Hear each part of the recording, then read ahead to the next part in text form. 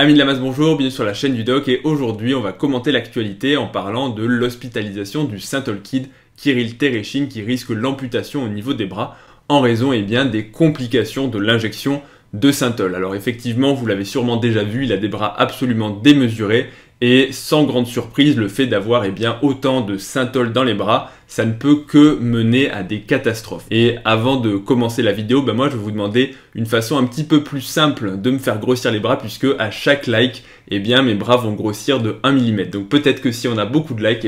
à la prochaine vidéo, j'aurai des gros bras. On verra si ça marche. En attendant, on va réagir à cette actualité. Générique. I've been on the side too long, don't know my pain's a nightmare. Devil on my back, fuck that and overdose. Pour introduire rapidement le sujet, le Synthol Kid, je pense que vous l'avez tous déjà vu, même si vous ne savez pas qu'il s'appelle Kirill Tereshin, qu'il a 24 ans, qu'il est russe, mais c'est vrai qu'on l'a tous vu parce qu'il est populaire dans le sens où il a été partagé de nombreuses fois. C'est le mec en fait qui a poussé le délire à l'extrême de se dire moi voilà je vais avoir les bras les plus gros du monde. Alors est-ce qu'il a réussi? Je ne sais pas, je ne pense pas qu'il ait le record, il y en a qui ont fait encore plus que lui, mais ce qui contraste vraiment pour lui c'est qu'en fait il s'est dit voilà, moi je vais pas attendre d'aller à la salle de sport et de faire grossir mes bras par du muscle, je veux vraiment avoir des bras rapidement énorme et donc je vais m'injecter des produits pour le faire gonfler. C'est véritablement de la gonflette, à la différence que c'est pas de l'air, mais c'est une huile, le Synthol, qui va faire gonfler le muscle, et même pas que le muscle, en fait, ça va faire gonfler tout l'intérieur du bras et des tissus, en fait, c'est simplement comme si on injecte quelque chose pour combler, faire grossir et en fait remplir artificiellement un peu comme un ballon. Le souci c'est que, comme vous vous en doutez, quand on injecte des corps étrangers et des produits dans son bras, si on le fait un petit peu et de façon raisonnée, on va dire, j'aime pas dire des mesures de sécurité, mais en tout cas, quand c'est fait de façon professionnelle avec toutes les règles d'asepsie, c'est-à-dire de stérilité, etc., ça peut éventuellement passer, bien qu'il y ait des complications qui peuvent arriver n'importe quand et avec la meilleure technique du monde, qui sont en fait inhérentes au produit. Mais quand on fait les choses n'importe comment, forcément ça ne peut qu'amener à la catastrophe. Et on l'avait déjà vu, c'est pas sa première fois où il a été hospitalisé avec des complications, mais quand on veut toujours plus, et d'après ce que j'ai pu lire, en fait il a plus de 6 litres dans les bras. 6 litres c'est absolument énorme en termes de produits. Enfin, déjà quand on voit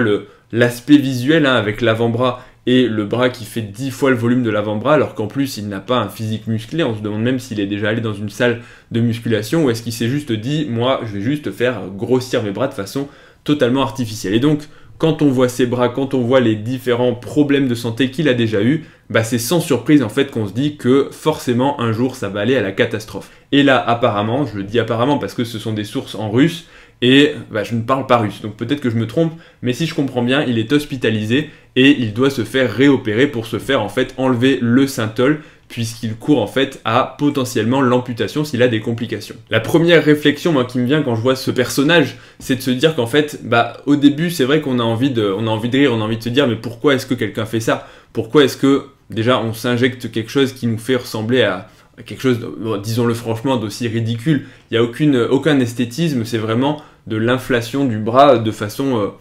bête et on va dire disproportionnée. C'est même pas comme si on se dit je vais développer tout mon corps, parce que éventuellement on peut se dire, et beaucoup de gens le pensent, que les bodybuilders professionnels qui poussent leur corps, leur volume musculaire à l'extrême, c'est quelque chose, on va pas dire de terme, mais en tout cas voilà, ça ne plaît pas à tout le monde. Mais on va au moins dire que c'est dans une recherche d'esthétisme avec le développement idéalement harmonieux de tous les muscles. Alors après voilà, les divisions classiques physiques, bodybuilding, etc., ça c'est du détail, mais quand on voit ça, on se dit qu'il n'y a même pas, il y a même pas de recherche d'esthétisme, c'est vraiment je prends une partie de mon corps, les bras parce que c'est probablement le muscle que les gens veulent le plus développer au début, et je le fais gonfler jusqu'à l'extrême sans même finalement faire de sport. Donc ça ne ressemble pas à du muscle, ça n'est pas du muscle, et c'est vrai qu'au début on a envie de rigoler, on a envie de se dire pourquoi est-ce que quelqu'un fait ça, mais en fait la première chose à faire, c'est vrai que c'est en fait de ne pas juger, parce que tout simplement c'est une maladie mentale, c'est comme finalement il y a beaucoup de dysmorphophobie, en fait c'est les gens qui ne se voient pas comme ils sont réellement et qui veulent pousser leur corps à l'extrême dans les transformations.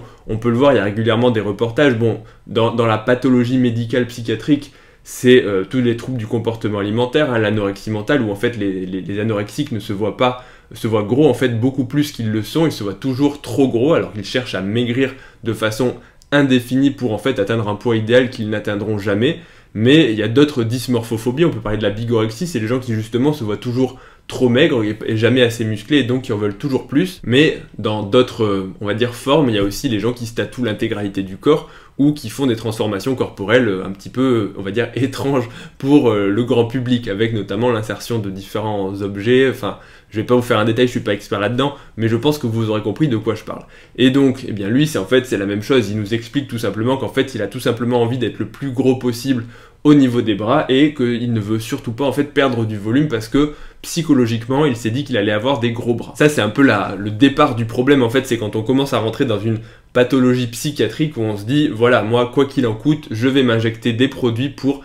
faire grossir mes bras. Donc il nous explique qu'il s'injecte en plus, et c'est ça peut-être le pire, c'est que normalement les gens s'injectent, quand les gens décident de faire ça, du synthol. Le synthol c'est un mélange d'une huile qui va en fait donner l'aspect plein aux muscles. Encore une fois, ça donne pas un aspect musculaire, hein, ça donne simplement un aspect gonflé, mais le fait de mettre une huile, théoriquement, c'est censé être un minimum compatible, ou en tout cas adapté pour l'injection. Ensuite, il y a aussi de la xylocaïne, c'est un anesthésiant qui permet eh bien, justement de diminuer un petit peu les douleurs, parce que dites-vous bien que s'injecter un produit dans le muscle, eh bien, ça fait très mal. Et il y a aussi de l'alcool, alors je ne sais pas exactement, je suppose que c'est pour que le tout soit soluble et que ça puisse s'injecter. Donc ce produit de remplissage qui a d'ailleurs été détourné par les bodybuilders, ça n'a pas été créé pour remplir, initialement c'était pour autre chose. Bah éventuellement on peut se dire voilà, si tu l'achètes en grande surface ou je sais pas où ça s'achète, c'est quelque chose qui est emballé, qui est propre, qui a été fait en laboratoire et qui est stérile. Mais lui il nous dit qu'en plus le synthol ça coûte cher, surtout si on veut s'en injecter des grosses quantités, hein. Il s'en a injecté 6 litres, c'est absolument énorme, c'est une quantité phénoménale.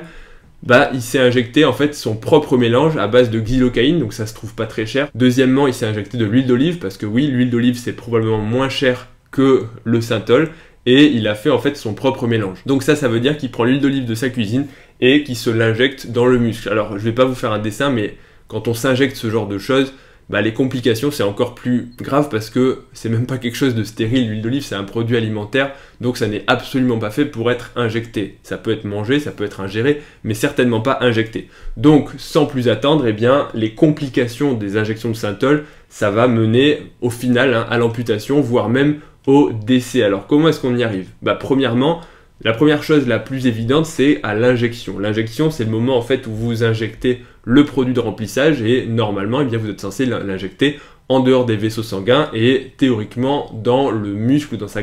globalité pour qu'il vienne eh bien, combler les espaces, remplir, provoquer une petite réaction inflammatoire qui va en fait donner cet aspect gonflé au muscle. Sauf que si vous ratez dans l'injection et que vous l'injectez dans un vaisseau sanguin, une artère principalement ou éventuellement une veine si vous avez, on va rentrer dans les détails, mais en gros dans un vaisseau sanguin, eh bien le produit qui est de l'huile ne va pas se mélanger avec le sang parce que l'huile n'est pas soluble dans l'eau et donc elle va rester en fait en amas et elle va faire ce qu'on appelle une embolie, c'est-à-dire qu'en fait il y a le synthol qui va aller dans la circulation et qui va aller se loger dans les vaisseaux sanguins. Donc ça peut être le cerveau, ça peut être les jambes, ça peut être n'importe quelle artère et ça donne des complications qui sont dramatiques. Et notamment on peut citer Milos Sarcev, un bodybuilder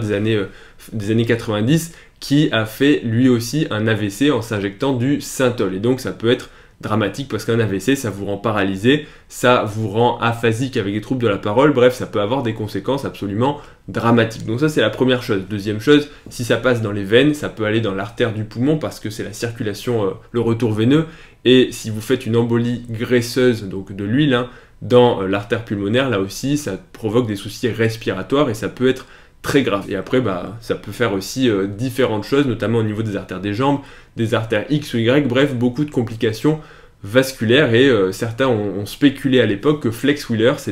son amputation, c'était en rapport avec le synthol. Personnellement, je pense pas, j'en avais déjà parlé, mais voilà un petit peu le panel de ce que ça peut faire. Donc, hyper important en fait de ne pas l'injecter n'importe comment. Mais là aussi, on ne sait pas comment est-ce qu'on l'injecte, et surtout, quand on est un amateur et qu'on n'a pas la bonne technique, ça peut toujours arriver. Deuxièmement, c'est un produit qu'on injecte dans le muscle et le muscle, théoriquement, c'est censé être une zone stérile. Or, vous injectez un corps étranger, donc il y a toujours le risque d'infection. Soit d'infection parce que vous n'avez pas désinfecté la peau, donc vous faites rentrer des bactéries du dehors vers le dedans et donc ça donne tout un tas de complications, des abcès,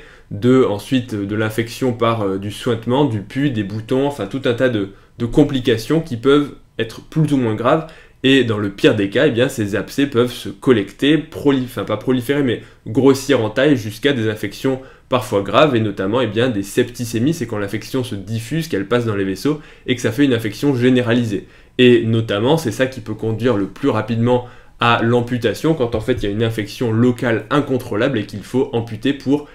enlever le foyer infectieux principal. Donc ces infections, elles sont impitoyables quand il y en a beaucoup, d'autant plus quand on s'injecte de l'huile d'olive qui n'est vraiment pas un produit stérile. Alors je ne sais pas quels sont le degré de stérilité du synthol, je ne suis pas expert là-dedans, mais l'huile d'olive, je peux vous garantir que ce n'est pas stérile. Il y a plein de case reports de gens qui ont eu de la nécrose, des infections graves, des abcès à cause de l'injection de corps étrangers, parce que c'est pas le premier à s'injecter quelque chose qui n'est absolument pas prévu à l'hôpital. On a des fois des gens qui s'injectent, alors je vais pas vous dire où, mais bon, allez, je vais vous le dire.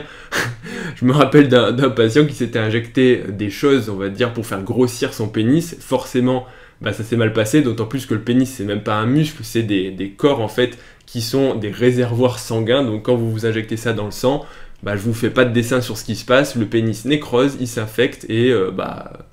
l'amputation s'impose. Donc cette fois-ci, c'est pas l'amputation du bras, mais c'est l'amputation d'autre chose. Bref, voilà, des gens qui s'injectent des choses dans le corps, il y en a beaucoup. Et un conseil, ne le faites pas, j'allais dire même si vous n'êtes pas un professionnel de la santé, mais en fait, même si vous l'êtes, non, on fait pas ce genre de choses, on s'injecte rien, s'il vous plaît. Mis à part ces infections, qu'est-ce qui peut se passer? Même s'il n'y a aucune bactérie qui rentre, il peut tout simplement y avoir une inflammation qui est massive. L'inflammation, c'est une réaction du corps, en fait, à ces corps étrangers, donc ça veut dire que le corps humain va envoyer plein de cellules, notamment des cellules immunitaires, pour réagir à ce qu'il considère comme une agression, parce que tu n'es pas censé t'injecter ce genre de choses dans ton bras, ni du synthol, ni quoi que ce soit. Donc le corps, il arrive, il essaie de combattre, sauf qu'en fait, il ne peut pas combattre de l'huile, parce qu'il n'est pas fait pour, et parce que c'est même pas des corps étrangers. En gros, il n'y avait aucune raison de base qu'il y ait de l'huile dans son corps. Des bactéries, c'est logique, l'évolution humaine a fait que on a affronté des bactéries depuis très longtemps, des virus, donc il sait comment réagir, donc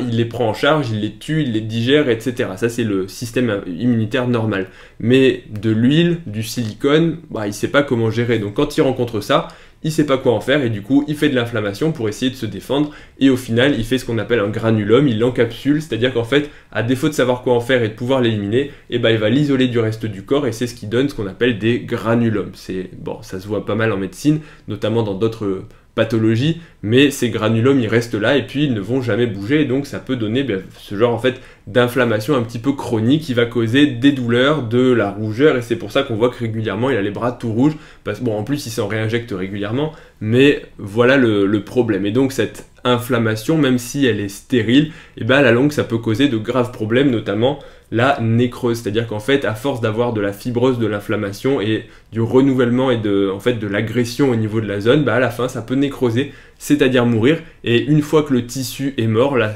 comme tout tissu mort, en fait, il peut s'infecter secondairement. Soit parce que la peau, en fait, se nécrose et donc ça fait une porte d'entrée pour que les bactéries rentrent, soit tout simplement parce qu'en fait, ça fait de l'inflammation qui va altérer tout ce qui va être vaisseau sanguin, nerfs, et au final, ça fait beaucoup de problèmes qui, en résumé, vont finir par devoir être amputés pour être corrigés. Donc, ce pauvre Synthol Kid, malheureusement, il est un petit peu, on va dire, avec un mauvais pronostic, parce qu'avec 6 ou 7 litres de synthol dans les bras, forcément, il faut l'enlever. Donc là, il doit subir à nouveau une intervention pour enlever le synthol et essayer d'en drainer le maximum pour éviter qu'il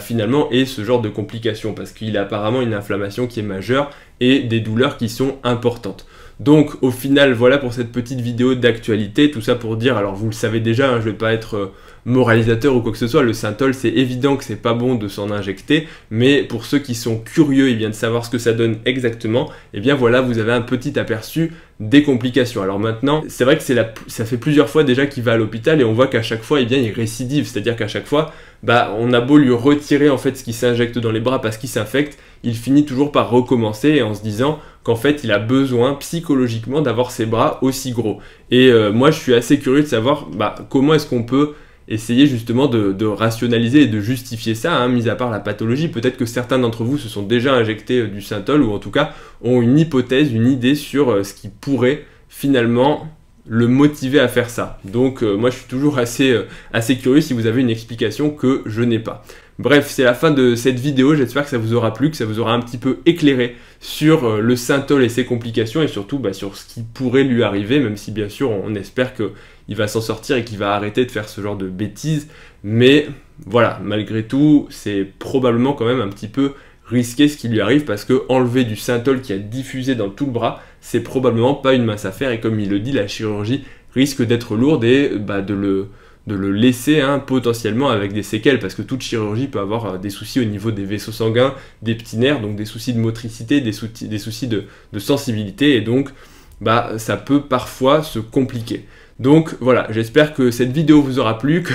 que ça vous aura appris des choses, et si c'est le cas, comme d'habitude, n'hésitez pas à mettre un pouce bleu, ça me fait du soutien et ça me rend content, parce que j'aime bien voir que vous appréciez mes vidéos, et si c'est le cas, comme d'habitude, vous pouvez aussi me retrouver sur Instagram pour le nouveau format de vidéo de 1 minute avec des petites réactions sur l'actualité et sur les questions que vous vous posez. Abonnez-vous à la chaîne parce que je ne l'ai pas dit, très important, et je vous dis à bientôt pour la prochaine vidéo. Salut à tous.